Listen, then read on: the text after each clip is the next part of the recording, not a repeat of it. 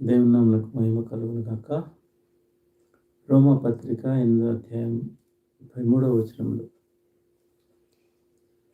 దేవుని చేత ఏర్పరిచిన వాడి మీద నేరం మోపువాడెవడు? నీతిమంతులుగా తీర్చువాడు దేవుడే. దేవుని చేత ఏర్పరిచిన వాడి మీద నేరం మోపేది ఎవరంటే, నీతిమంతులుగా తీర్చిన దేవాది దేవుడు తోడుగా ఉన్నాడు. ప్రైజ్ ద లార్డ్, హల్లెలూయా. అపవాది అనేక నేరాలు మోపుతున్నాడు, కానీ అవి మన మీద ఏమి పనిచేయవు.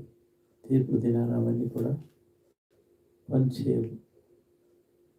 జీవ గ్రంథంలో మన పేర్లు నమోదు కావలసి ఉన్నప్పుడే మరి తీర్పు మన మీదకి రాకుండా దేవుడు తీర్చేవాడు. మన మీదకి రాకుండా ఇప్పుడైతే క్రీస్తునందున్న వారికి ఏ శిక్షా విధియు లేదు అని దేవుని యొక్క వాక్యం మనకు తెలియజేస్తాం.